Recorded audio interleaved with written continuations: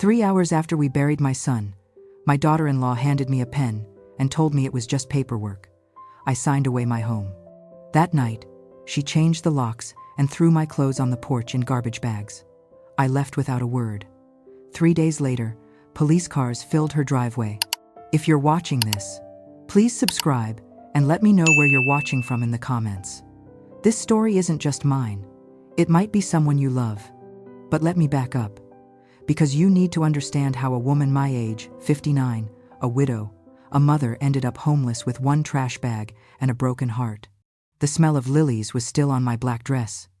Everyone had just left after burying Daniel. The house was full of people an hour ago, but now it felt hollow. I was still numb. That kind of numb where you move but don't feel your feet touching the ground. Karen appeared from the hallway with a folder from her Prada bag. My daughter-in-law, 29 years old. Her voice was soft, concerned. "Mom, I hate to bring this up now, but we need to handle some paperwork." She sat beside me on the couch. "This is just to transfer the utilities into my name. Daniel would have wanted everything smooth, no complications." She opened the folder, a stack of papers, legal looking. She pointed to a line near the bottom. "Just here, it's a formality." My hand shook when I picked up the pen. My eyes were blurred from crying all day. I signed where she pointed. I trusted her. She was my son's wife. Why wouldn't I? Karen folded the papers quickly and slid them back into her bag. "Thank you, Mom. This helps so much." That was 3 in the afternoon. At 11 that night, I came home from the church. I'd stayed to help clean up after the reception. My key wouldn't go into the lock. The deadbolt was new. Different. I'd never seen it before. 3 black trash bags sat on the porch. My clothes, my shoes, a few toiletries. I knocked, called Karen's name. She opened the door but didn't step aside. She stood in the doorframe, her face cold. "This is my house now, Margaret. You signed it over to me this afternoon." My chest went tight. "What? No, that was just paperwork. You said—" I said it was paperwork. And it was. A quitclaim deed. Legally binding. You need to leave. But this is my home. Daniel's home. I was your home. She crossed her arms. "I suggest you find somewhere to stay tonight. And don't come back without calling first. This is private property now." The door closed. I heard the new deadbolt click. I stood there in the dark, 3 trash bags in my hands. Mrs. Patterson, my neighbor of 40 years, looked out her window. Then she turned off her light. 40 years of my life, in 3 garbage bags. I called Barbara, my best friend. She picked me up 20 minutes later. I slept on her couch that night. The next morning, Tuesday at 9, 2 police cars pulled up in front of Karen's house. My house. One was unmarked. A detective. Neighbors came out to watch. Karen walked onto the porch, her face pale, talking to the officers. But I'm getting ahead of myself again. I walked away that night believing I'd lost everything. My son, my home, my dignity. But what Karen didn't know was that grief hadn't made me weak. It made me clear. And in the hours between that locked door and those police cars, I learned something. The truth doesn't need to be loud, it just needs to be heard. To understand how we got to those police cars, you need to know how deep this betrayal went. And it started long before Daniel died. Daniel had tried to warn me. In his last days, he'd left clues. Things I didn't understand until that night on Barbara's couch, replaying everything in my mind. The toolbox he mentioned. The way he'd looked at me when Karen wasn't watching. The documents he'd hidden. I hadn't been completely blind. I'd been afraid. But that night, with nowhere left to fall, fear turned into clarity. It started the day Karen walked into our lives with that perfect smile and a plan I was too loving to see. Daniel was my only child, 34 when lung cancer took him. 6 months from diagnosis to funeral. He left behind Karen, his wife of 3 years, and no children. No grandchildren for me to hold on to. I'd already been a widow for 8 years. My husband Bill died of a stroke when he was 62. Sudden. One morning he was drinking coffee on the deck he built with his own hands. By noon he was gone. After Bill died, Daniel was all I had left. This house was all I had left. The 3-bedroom where Daniel grew up, where Bill and I raised him, where every room held a memory I couldn't let go of. Daniel and Karen had moved in with me 2 years before he got sick. Karen said it made sense financially, that they could save for their own place. I was happy to have him close again. Karen came into Daniel's life 3 years before that. They met at some work conference. She was charming at first, brought wine on Sundays, called me Mom with that perfect smile. But there was something off. The way she looked around the house, asked about property values, talked about upgrades. After Daniel got sick, I needed Karen to see him. She controlled everything. Who could visit? When? For how long? The last month, she scheduled my visits, 15 minutes at a time, like I was a stranger and not the woman who gave birth to him. I swallowed every condescending comment because pushing her away meant pushing Daniel away, and I couldn't lose any more time with my son. His last week, he tried to tell me something. His voice was so weak. Mom, the house. Don't. He couldn't finish. Too tired. Karen came in and said he needed to rest. I thought he was worried about me being alone in the house after he was gone. I told him I'd be fine, that he shouldn't worry about me. I should have listened. I should have heard what he was trying to warn me about. But grief has a way of making you deaf to everything except your own heartbreak. That first week after the funeral, I lived like a ghost. I slept on Barbara's couch. Barbara was 70, a widow herself. She'd been my friend since Daniel was in diapers. That trash bag from Karen's porch sat in the corner of her guest room. 3 outfits, 1 pair of shoes, a small photo album of Daniel as a baby, my wedding ring from Bill. Everything else, 40 years of my life, locked behind new deadbolts. I called Karen on day 2. She didn't answer. I texted her. Please, I just want some of Daniel's things. His baby photos, his father's watch. 3 days went by, then a reply. Everything here is mine legally. You signed it over. Stop harassing me or I'll file a restraining order. I stared at that message for an hour. On day 4, I went to see Mr. Hendricks. He'd been our family lawyer for 20 years, handled Bill's estate when he died. I brought a photocopy of the papers Karen gave me. She'd kept the originals. Mr. Hendricks read them twice. Then he set them down and looked at me. He didn't say anything for a long moment. Margaret, this isn't a utility transfer. This is a quitclaim deed. You transferred full ownership of your house to Karen. No money exchanged, no contingencies.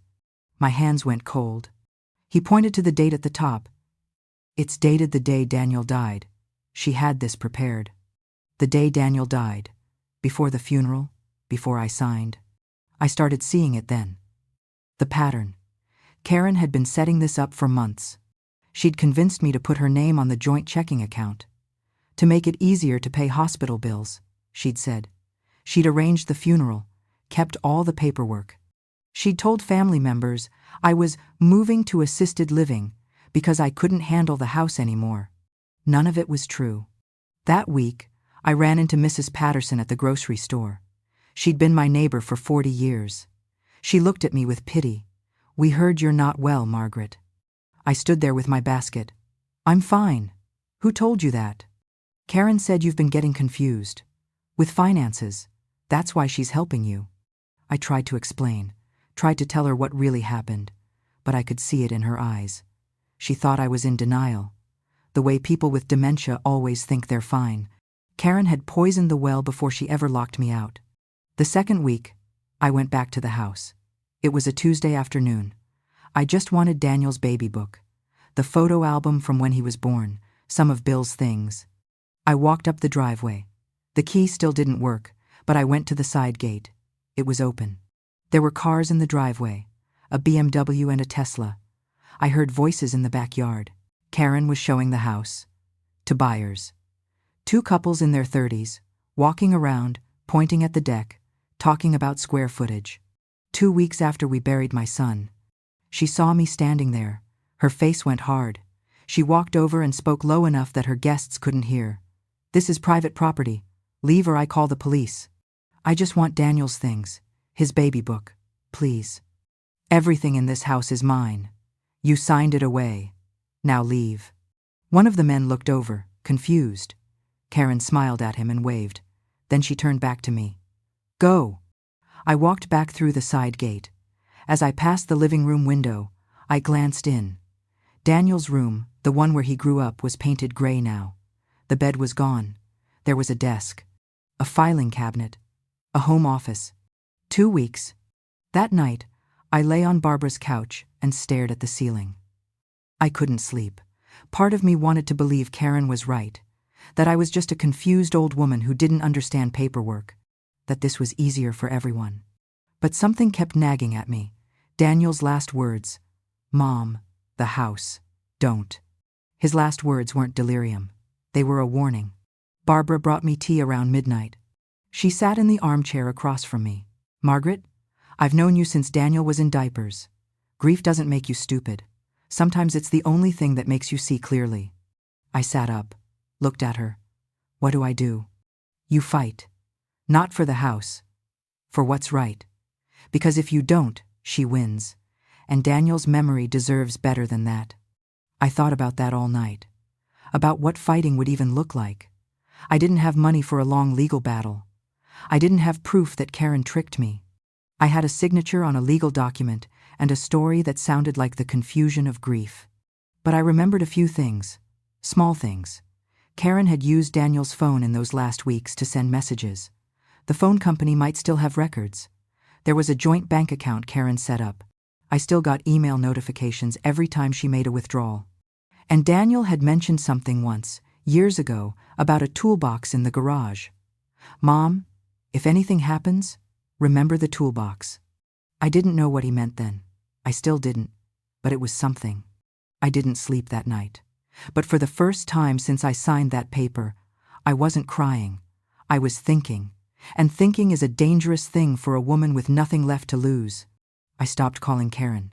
Stopped texting. Let her think I'd given up. The loudest thing I did that week was nothing at all. Instead, I watched.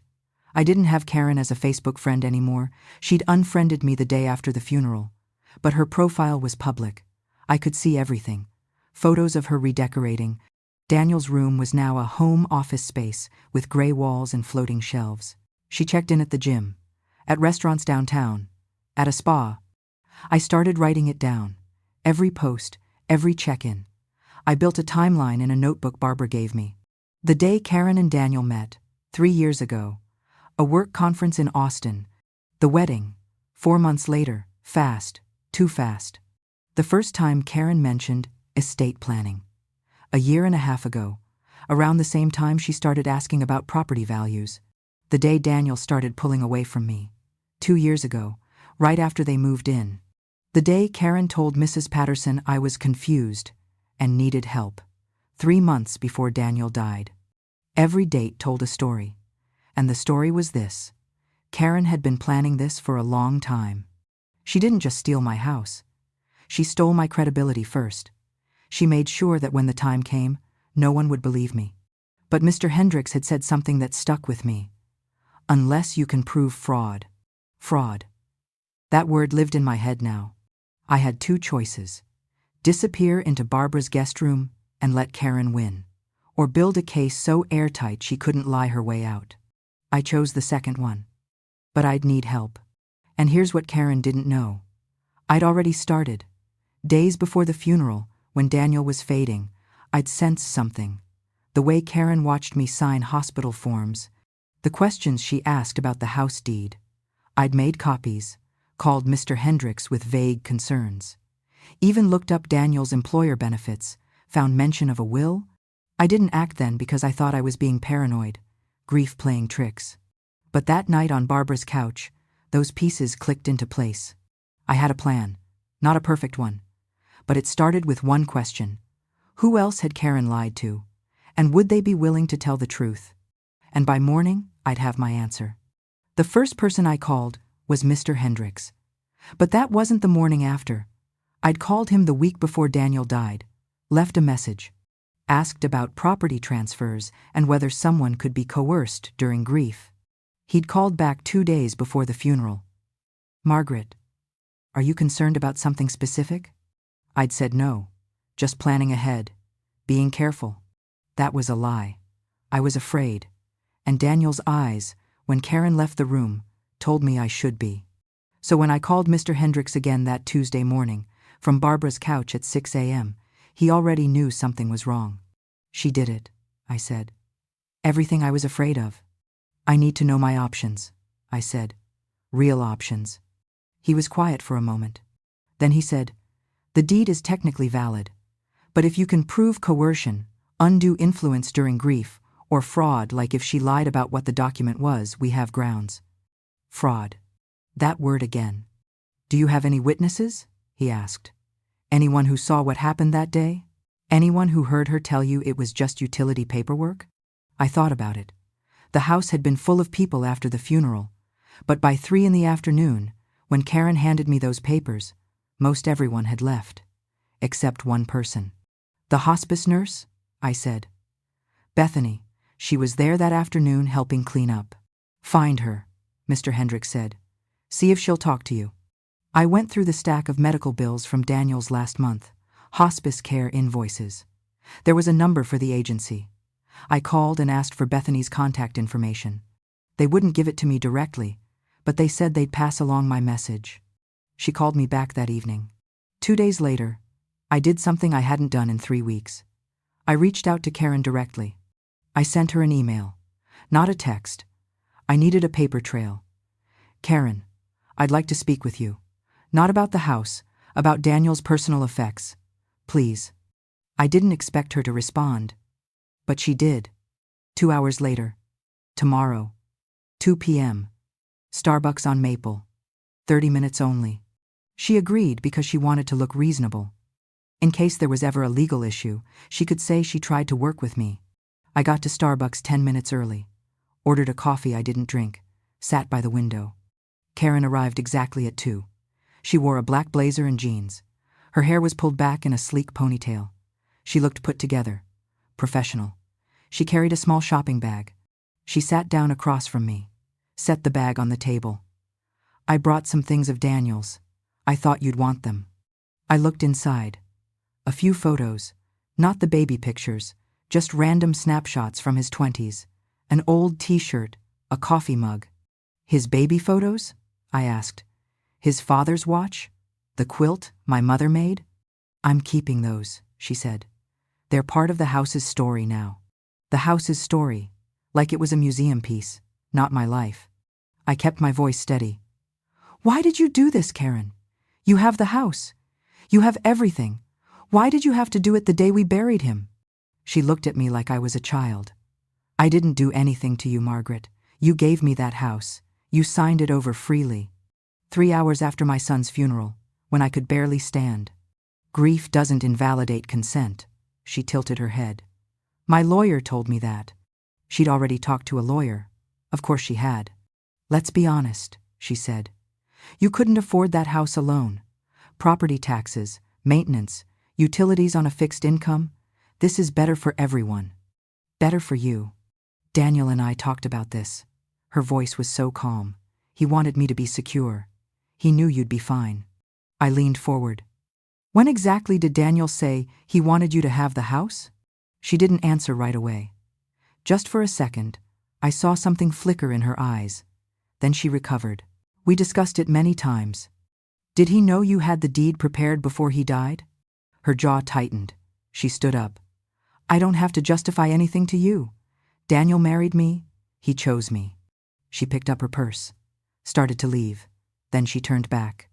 Her voice was low, almost a hiss. You know what your problem is? You never knew how to let go. Daniel told me you'd make this difficult.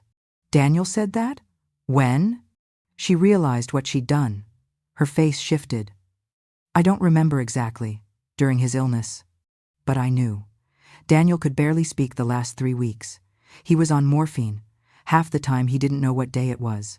She was lying. Have a good day, Margaret. She walked out. I sat there for a long time after she left. My hands were shaking. Not from fear, from anger. There was a woman sitting at the table next to mine. I hadn't noticed her before. She was in her 40s, maybe, professional looking. She'd been working on a laptop. She glanced at me as she packed up her things. Our eyes met for just a second. She looked uncomfortable, like she'd heard more than she wanted to. Then she left. I sat in my car in the parking lot and wrote down everything Karen had said, every word I could remember. The way she'd said Daniel wanted her to be secure, the way she'd claimed they talked about it many times, the way she'd slipped and said Daniel told her I'd make this difficult. She'd practiced this conversation. I could tell. Every answer was too smooth, too prepared. Except that one moment, that one slip. I drove back to Barbara's house with something I didn't have before: certainty. Karen had lied. And liars always make mistakes. I just needed to find the people who'd seen them. The next morning, I followed up on what Mr. Hendricks had told me. I needed to check the probate court, see what Karen had filed. The courthouse was downtown. I hadn't been there since Bill died. The clerk helped me pull Daniel's estate file.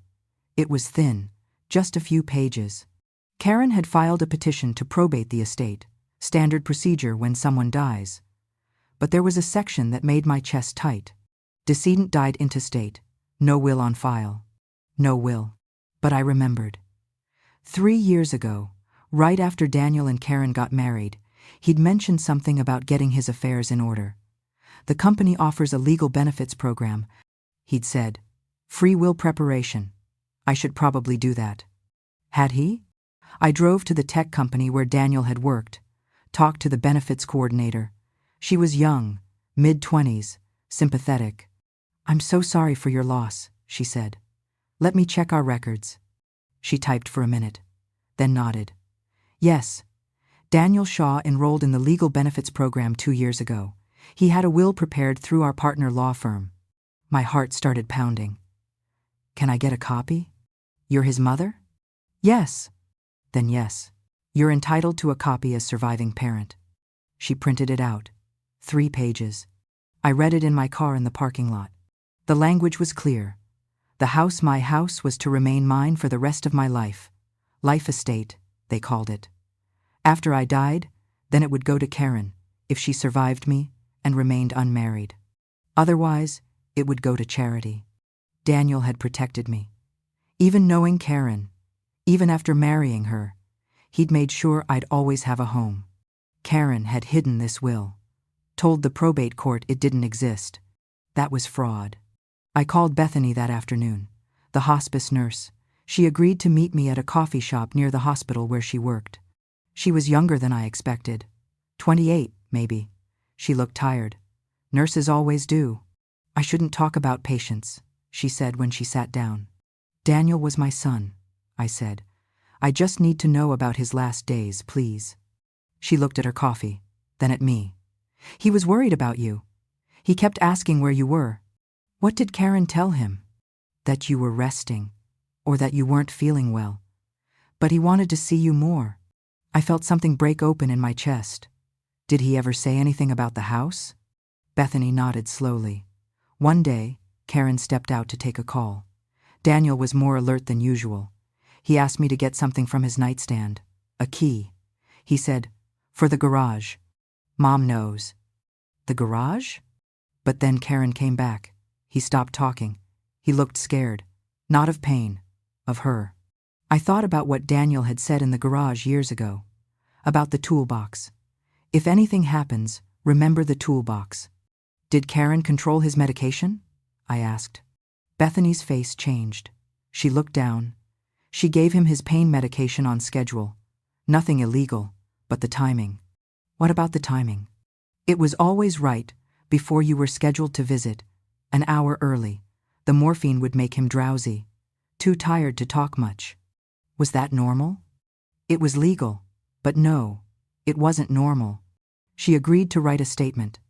Not for any lawsuit yet, just documenting what she saw. She signed it, dated it. I had the will. I had Bethany's testimony, but I needed that key. The next day was a Wednesday. I watched Karen's Facebook. She posted a photo at 8:30 in the morning. Client breakfast meeting downtown. She tagged the restaurant. I looked it up. 20 minutes from the house. I drove to my old house. My house. Barbara came with me. Mrs. Patterson was outside watering her flowers. She saw me. Looked worried. I'm just getting my mail, I said. I still have mail being delivered here. That was true. I hadn't changed my address yet. She nodded. Didn't say anything. The garage wasn't locked. It never had been. Barbara stood watch while I went inside. The toolbox was on the shelf where it had always been. Red metal. Bill's old Craftsman. I opened it, lifted the top tray. Underneath, in the bottom, there was a small compartment. I'd forgotten about it.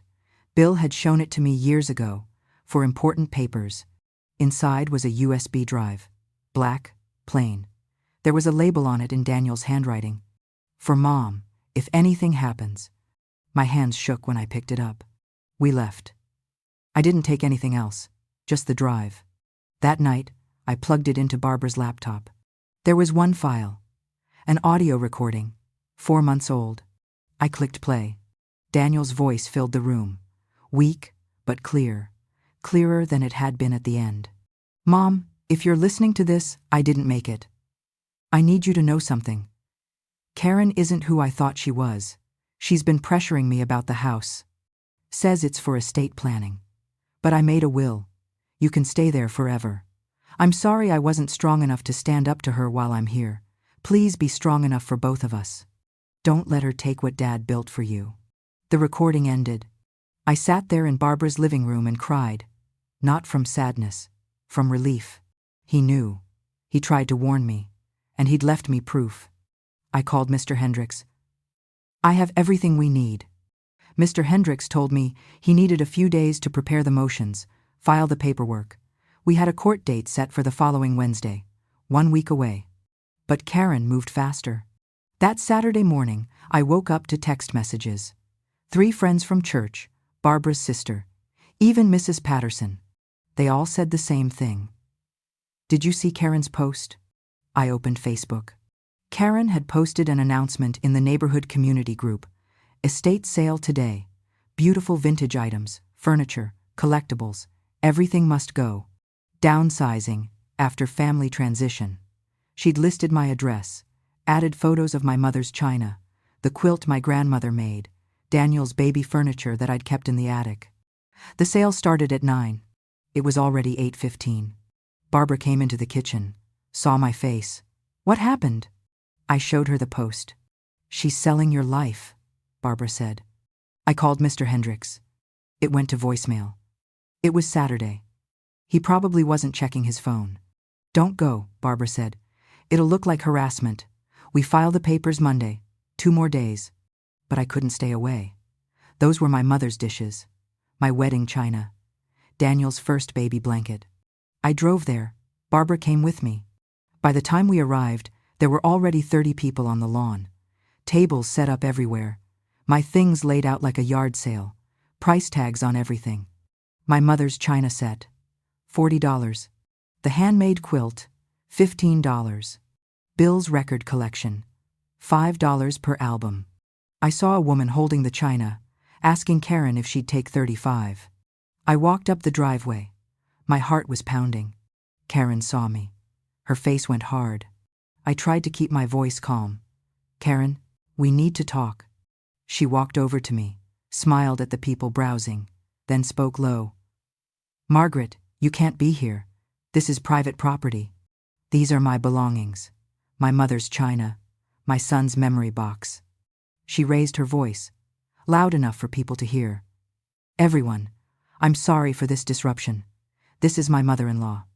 She's been struggling with memory issues since my husband passed. She gets confused.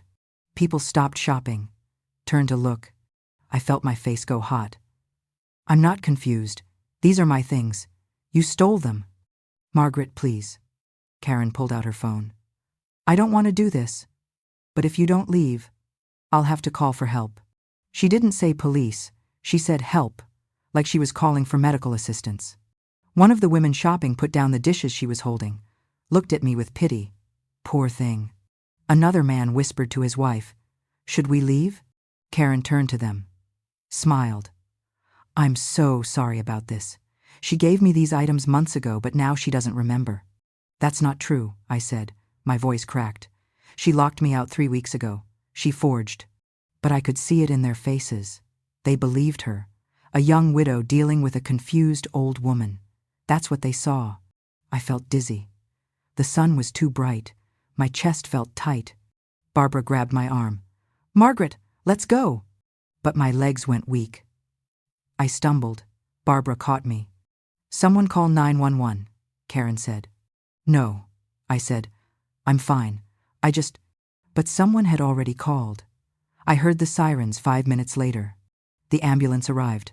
2 paramedics. They were kind, professional. They checked my blood pressure, asked me questions. Karen stood nearby, playing the concerned daughter-in-law. "She's been having episodes," she told them. "Confusion, aggression. I'm worried." They took me to the hospital. Barbara rode with me. At the emergency room, they ran tests. EKG, blood work. Everything came back normal. "Anxiety attack," the doctor said. "High blood pressure from stress." But then Karen showed up. She spoke to the doctor in the hallway. I could hear some of it through the curtain. "She's been having memory problems. This isn't the first time. I'm concerned about early dementia." She was suggesting a psychiatric evaluation. I felt trapped, helpless. If they believed her, they could hold me, evaluate me, label me. But then Barbara walked out into the hallway. I heard her voice. Firm, clear. "That's enough, Karen." The doctor came back in, asked to speak with me alone. His name was Dr. Reynolds. He was in his 50s, tired eyes. "Mrs. Shaw, can you tell me what's happening?" I told him, as calmly as I could, about Daniel's funeral, about the deed, about being locked out, about the estate sale. He listened without interrupting. When I finished, he made notes in my chart. Then he looked at me. "This isn't dementia, Mrs. Shaw. This is trauma, and possibly elder abuse." Those words, elder abuse. "I'm mandated to report suspected elder abuse," he said. "I'm going to connect you with our social worker." 10 minutes later, a woman came into my room, professional, mid-40s. She introduced herself as Jennifer Morris. She sat down, took out a notepad. "Mrs. Shaw, I'd like to help. Can you tell me what's been happening?" I started to tell the story again. But then I stopped. I looked at her. Really looked at her. "You were at Starbucks," I said, 2 weeks ago. "At the table next to us." She met my eyes, nodded slowly. "I was. I heard how she spoke to you. I'm a social worker specializing in elder abuse cases." I couldn't say anything then, but I flagged it. "And when Dr. Reynolds called me today about your case, I recognized your name. You heard everything? Enough to know you're not confused. And enough to know she's been manipulating you." She took my statement, wrote everything down. Then she handed me her card. "We're opening an investigation," she said. "Adult Protective Services will be involved, and I'll be providing testimony about what I witnessed." When I left the hospital 2 hours later, I felt something I hadn't felt in weeks. I wasn't alone anymore. That night, at Barbara's house, my phone rang. It was Mr. Hendricks. "Margaret, I just got back from a fishing trip. I saw your messages. Are you all right?" "I'm fine. But there's more now." "More?" "The probate court called me," he said. "Someone anonymously submitted Daniel's will, the real one. Karen has 48 hours to respond to why she claimed no will existed." "Who submitted it?" "I don't know. But whoever it was, they just handed us a criminal case." I thought about Bethany, the nurse. She'd signed a statement. Maybe she'd sent the will too. "Monday morning," Mr. Hendricks said. "We file the emergency motion. All of it. The will, the recording, the fraud." I hung up the phone. One more day. Then Karen would have to answer for what she'd done. That same morning. 7 a.m. Mr. Hendricks' office. He'd come in early for me. I got there early. Barbara came with me. We sat in the waiting room drinking bad coffee from the machine in the corner. At 8:15, Mr. Hendricks came out. He wasn't alone. Jennifer Morris walked in behind him, the social worker from the hospital. She was carrying a folder. "Mrs. Shaw," she said. "I hope you don't mind. Mr. Hendricks called me yesterday. I wanted to be here." We went into the conference room. Mr. Hendricks spread papers across the table. "Here's what we're filing today," he said. "Emergency motion to void the quitclaim deed, motion to enforce Daniel's will, and a request for criminal investigation into probate fraud." Jennifer opened her folder. "I brought Dr. Reynolds' report from Saturday. His notes clearly state trauma, not dementia. Suspected elder abuse. That goes into the record. She pulled out another document. This is my own statement. What I witnessed at Starbucks. How Karen spoke to you. The gaslighting. The manipulation. I heard her claim Daniel wanted her to have the house. I heard her slip when she said Daniel told her you'd make this difficult. And I noted her body language when you caught her in the lie. You wrote all that down? I asked. The same day. It's dated and signed. Mr. Hendricks added it to the stack. Karen's lawyer is going to argue the deed is valid regardless of timing. But fraud is fraud. And the combination of the will, the recording, and witness testimony, she's not going to be able to explain this away. There was a knock on the door. Mr. Hendricks' assistant opened it. Bethany walked in. The hospice nurse. She looked nervous. I'm sorry I'm late, she said. You came? I said. She sat down, pulled a folded paper from her purse. I've been thinking about this all week. About Daniel. About what I saw. She looked at me. He was a good man. He didn't deserve what she did to him in his last days. She'd written out everything she told me at the coffee shop. The medication timing, the visitor restrictions, the moment Daniel asked for the key to the garage. The fear in his eyes when Karen came back into the room. She signed it in front of us. Dated it. I'll testify if you need me to, she said. Mr. Hendricks nodded. We might. My phone buzzed. A text from Mrs. Patterson, my neighbor. Margaret, I need to tell you something. Can I call you? I stepped into the hallway, called her back. I've been feeling terrible, she said. About believing Karen. About not questioning things. It's okay, I said. No, it's not. I saw something last month. Before Daniel died, Karen was showing your house to people, buyers.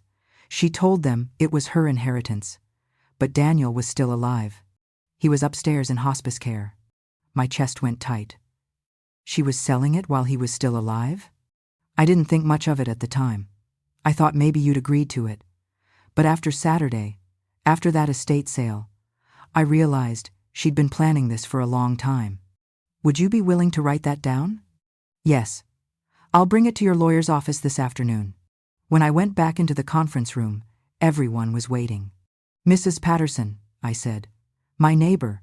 She saw Karen showing the house to buyers while Daniel was still alive. Mr. Hendricks wrote that down, added it to the list. Jennifer looked at the stack of papers on the table, then at me. You're not just fighting for yourself, Mrs. Shaw. Cases like this matter. They set precedents. They protect other people. I thought about that. About all the other widows. Other grieving mothers. Other people who signed papers they shouldn't have because they trusted someone they loved. Wednesday, Mr. Hendricks said. Court hearing at 10 a.m. Karen's lawyer will have our motions by end of day today. She'll have 24 hours to prepare a response. Will she settle? Barbara asked. Maybe. Probably. Once she sees what we have, her lawyer will advise her to return the house and drop this quietly. But I shook my head. She lied to the probate court. That's not a civil matter anymore. Mr. Hendricks nodded slowly. No, it's not. Jennifer's phone buzzed. She looked at it, then at me. Adult Protective Services just executed a welfare check at your address, with police escort. They're documenting everything, the changed locks, your belongings removed, Karen's possession of the property. It's all on record now. That's why the police cars were there that morning. Not because I called them. Because the system, once it knew, moved faster than Karen ever expected. I left his office that morning feeling something I hadn't felt in a month. I wasn't alone. I had people who believed me. People who were willing to stand up and say what they'd seen. And Karen was about to face all of them. Tuesday, the day before the hearing. I didn't do much. Couldn't focus on anything. Barbara tried to get me to eat breakfast. I managed half a piece of toast. I sat at her kitchen table and wrote a letter. Not to the judge, not to Karen, to Daniel. I don't know why. Maybe I needed to talk to him. Maybe I needed to tell him what I was about to do. Dear Daniel, I wrote. Tomorrow I'm going to court to fight for the home where I raised you. But really, I'm fighting for something bigger. I'm fighting for your voice. The one she tried to silence with pills and locked doors. My hand shook when I wrote the next part. I found your message. Be strong enough for both of us. I'm trying, baby. I'm trying so hard. I folded the letter. Put it in an envelope. Wrote his name on the front. I didn't mail it. Just kept it. That afternoon, Barbara and I sat on her back porch. It was warm, October in Texas. The leaves were just starting to turn. What if we lose tomorrow? I asked. Barbara looked at me over her coffee. Then we appeal. Then we fight harder. But what if… Margaret, she set her cup down. You've already won something. What? You didn't let grief turn you into a victim. You let it turn you into a fighter. I thought about that. That evening, I went through my closet at Barbara's house. The 3 outfits I had from that trash bag. I chose the black dress, the one I'd worn to Daniel's funeral. Simple, dignified. I laid it out on the bed, set Bill's watch next to it. I'd grabbed it from the house that day we got the USB drive. It was one of the few things of his I still had. I dressed like I was going to a funeral. But this time, it wasn't my son I was burying. It was my silence. Around 8 p.m., my phone rang. Mr. Hendricks. Margaret, Karen's lawyer called. My heart stopped. What did he say? She wants to settle. She'll give you back the house if you sign an NDA and drop all fraud allegations. I sat down on the edge of the bed. What do you think? Honestly, you'd get your house back today. No trial, no risk. But she'd get away with it, and she'd do this to someone else someday. I thought about the letter I'd written to Daniel, about being strong enough for both of us. Tell her no, I said. We go to court. There was a long silence on the line. Then Mr. Hendricks said, I was hoping you'd say that. I hung up, lay in bed staring at the ceiling. It was 2 a.m. before I finally fell asleep. But it wasn't fear keeping me awake. It was anticipation. Because in 8 hours, the truth would have its day, and I would be there to speak it. Wednesday morning, 9:45. I stood on the courthouse steps in my black dress and Bill's watch. Barbara was beside me. Jennifer Morris. Bethany. Mrs. Patterson had come too. She squeezed my hand before we went inside. Courtroom 3B. Judge Martha Brennan presiding. The gallery was small, just a few rows of seats. We sat in the front. Karen was already there with her lawyer, a man in an expensive suit. Mr. Brennan, I think his name was. Karen wore a dark blazer, hair pulled back. She looked composed, professional. She didn't look at me. The bailiff called the court to order. Judge Brennan came in. She was in her 60s, gray hair, sharp eyes. Good morning, she said. We're here for emergency motions in the matter of Shaw Estate. Mr. Hendricks, you may begin. Mr. Hendricks stood. Your Honor, this is more than a property dispute. This is a case of fraud, undue influence, and the silencing of a dying man's last wishes. We will show that Karen Shaw knowingly concealed her husband's will, exploited her mother-in-law's grief, and lied to this court. Karen's lawyer stood.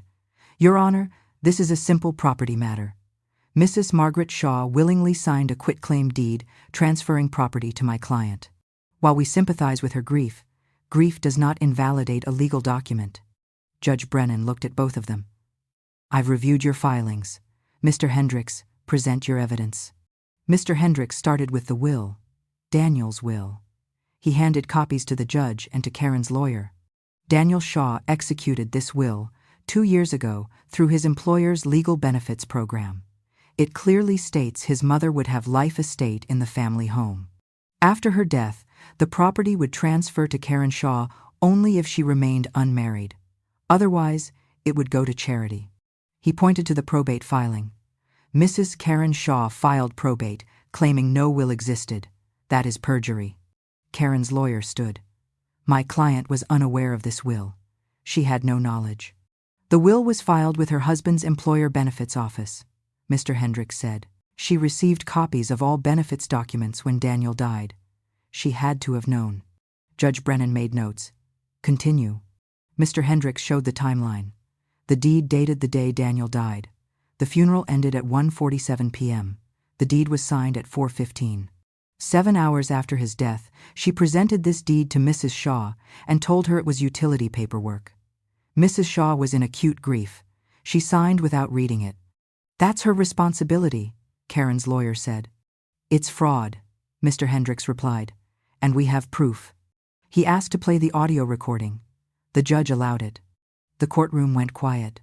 Daniel's voice filled the room, weak but clear. Mom, if you're listening to this, I didn't make it. I need you to know something. Karen isn't who I thought she was. She's been pressuring me about the house, says it's for estate planning. But I made a will. You can stay there forever. Don't let her take what Dad built for you. I heard someone in the gallery inhale sharply. Karen's face went pale. She whispered something to her lawyer. Judge Brennan looked at Karen. Mrs. Shaw, did you know your husband made this recording? Karen's lawyer answered for her. Your Honor, my client doesn't have to. I'm asking her directly, the judge said. Karen stood slowly. I didn't know about the recording. But you knew about the will? Karen hesitated. Just for a second. I didn't think it was valid. Did you consult an attorney about its validity? No. So you simply decided on your own to ignore your husband's documented wishes and claim to this court that no will existed? Silence. Mrs. Shaw, I asked you a question. I thought. Karen's voice was shaking now. I thought it was outdated. We'd talked about the house. Daniel wanted me to be secure. But he didn't change his will, did he? No. Mr. Hendricks called Bethany to the stand. She was nervous. Her hands shook when she took the oath. But her testimony was clear. She described Daniel's last weeks, how Karen controlled visitors, how she timed his pain medication to make him drowsy right before my visits, how Daniel had asked for the key to the garage, how he'd said, Mom knows. Did Daniel seem afraid? Mr. Hendricks asked. Yes. When Karen came back into the room, he stopped talking. He looked scared. Karen's lawyer cross-examined her. Isn't it normal to manage pain medication? The dosage was normal, Bethany said, but the timing wasn't. It was always right before Margaret was scheduled to visit. Always. Jennifer Morris testified next, about the Starbucks conversation, how Karen had manipulated the narrative, how she'd claimed Daniel said I would make this difficult even though Daniel couldn't speak coherently in his last 3 weeks. Mrs. Patterson testified, about seeing Karen show the house to buyers while Daniel was still alive. Upstairs. In hospice care. She told them it was her inheritance, Mrs. Patterson said, but he wasn't dead yet. Judge Brennan's face was hard to read, but she was writing a lot of notes. Karen's lawyer put Karen on the stand. He probably shouldn't have. Mrs. Shaw, Mr. Hendricks said on cross-examination, when did you first discuss the house with Daniel? We talked about our future. Normal conversations. Did you have the quitclaim deed prepared before he died? Karen looked at her lawyer. He gave a tiny nod. Yes, for estate planning. So you had it ready, waiting. I was being prepared.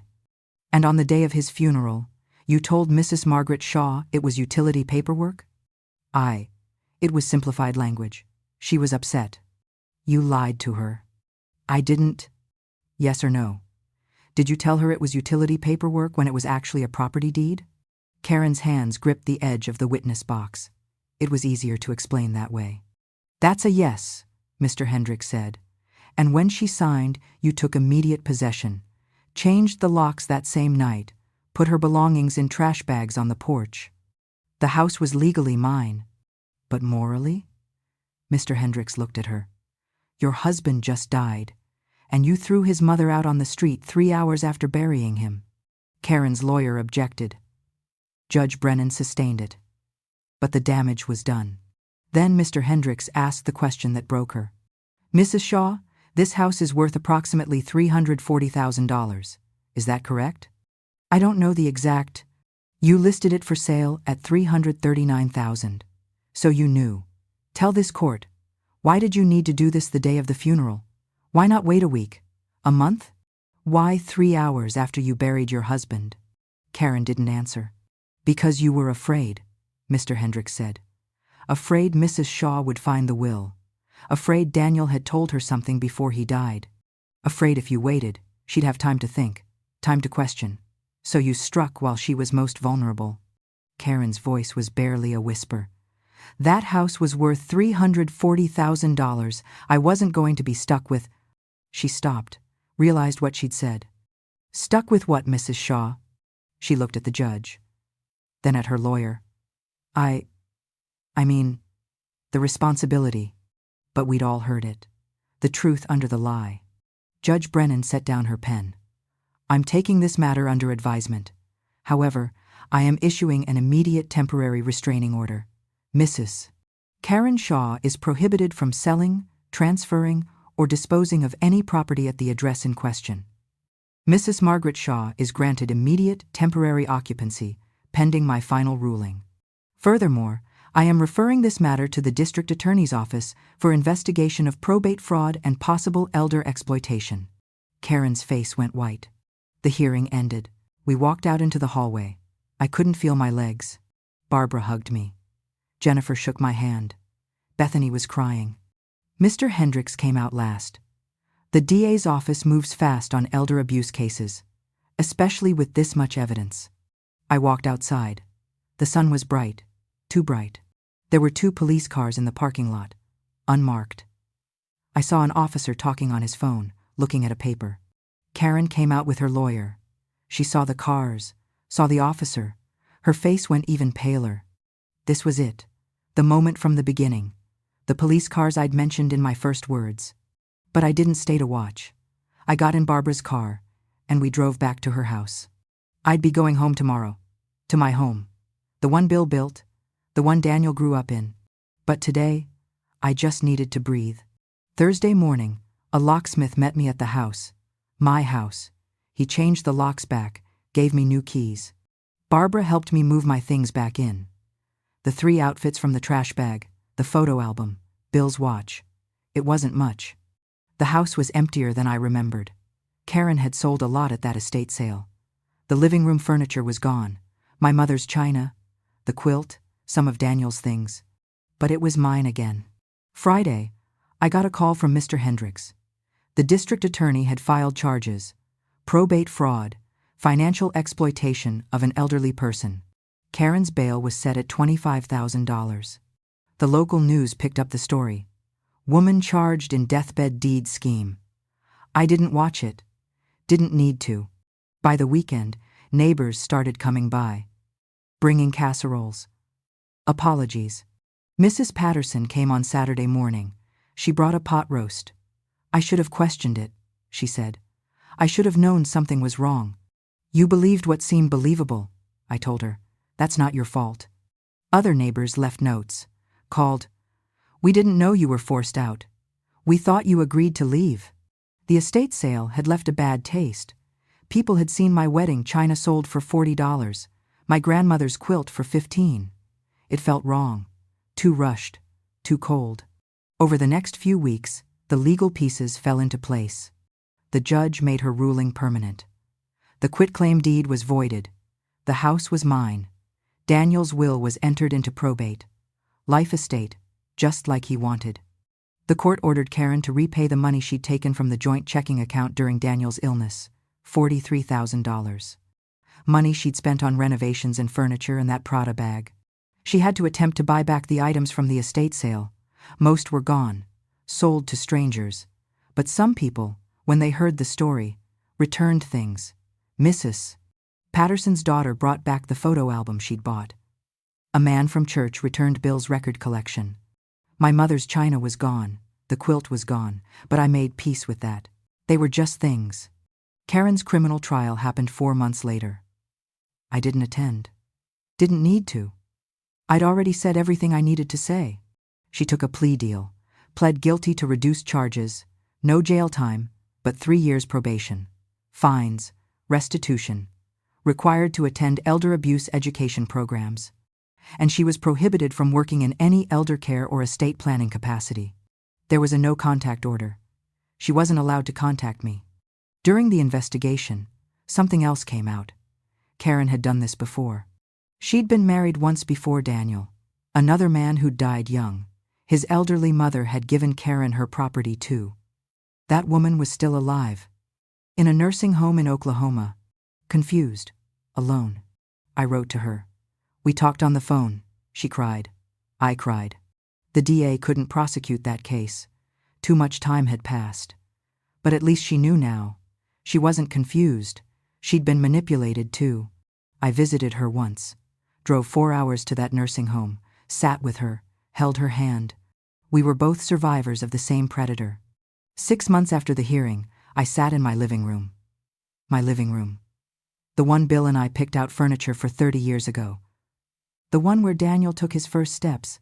I didn't want revenge anymore. Didn't even feel angry. I felt free. And freedom, I was learning, is the best justice of all. 1 year later, I sat in the garden. The one I'd replanted myself. Therapy, Barbara called it. Digging in the dirt, watching things grow. It's been a year since I signed that paper. A year since I lost everything and found out what I was made of. Daniel is still gone. That hasn't changed. Some mornings I still reach for the phone to call him. Still forget for just a second that he's not here.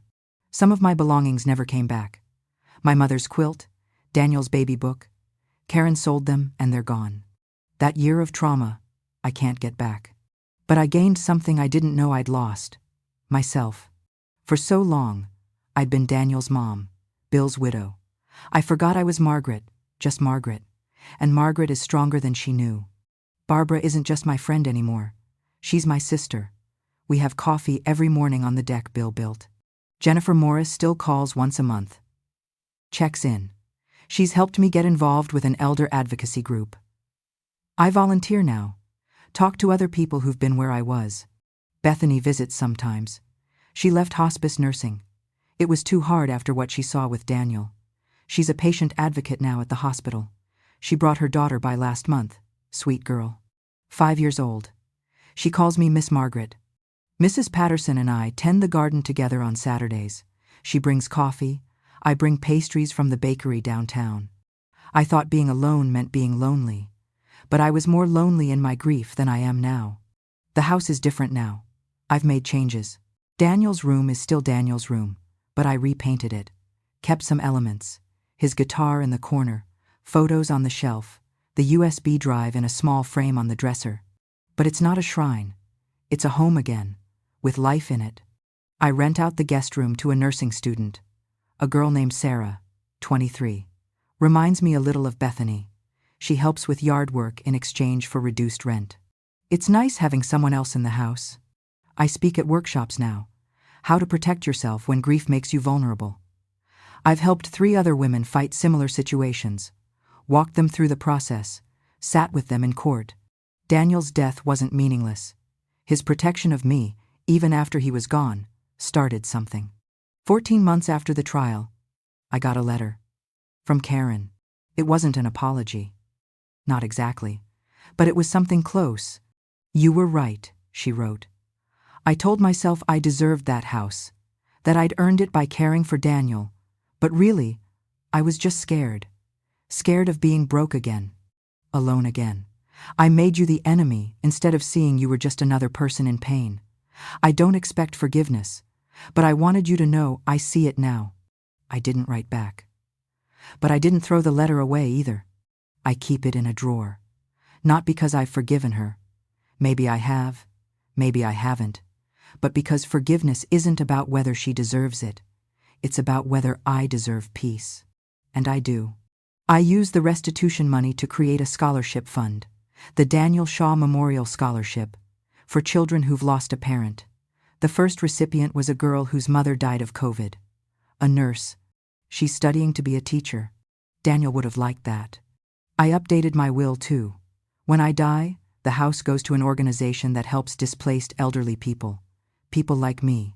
People who need somewhere to go when they've lost everything. People ask me sometimes, do you regret signing that paper? And here's the truth. I regret the pain, but I don't regret where it led. Because in losing everything, I learned what couldn't be taken. My dignity, my truth, my ability to fight back. Grief makes you vulnerable, but it doesn't make you weak. Sometimes it's the thing that shows you how strong you've always been. If you're listening to this and you see yourself in my story, please hear me. You are not too old to fight back. You are not crazy for questioning what feels wrong. You are not alone, even when they make you feel like you are. And your voice, even when it shakes, is powerful. This morning, I sat on the deck with my coffee. The deck Bill built. Birds were singing in the garden I replanted. There's a photo of Daniel on the table.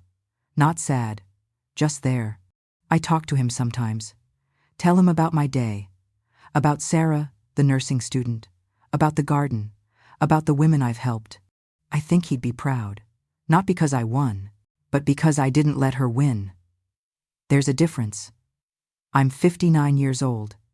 I've buried my husband and my son. I've been betrayed, humiliated, and nearly broken. But I'm still here, in my home, with my truth. And that, my friends, is the loudest justice of all. Thank you for listening to my story. If it helped you, please share it with someone who needs to hear it. Comment below and tell me, what's one thing you're fighting for? I'd love to know I'm not alone in this. Until next time, stay strong, stay true, and remember, it's never too late to reclaim your life.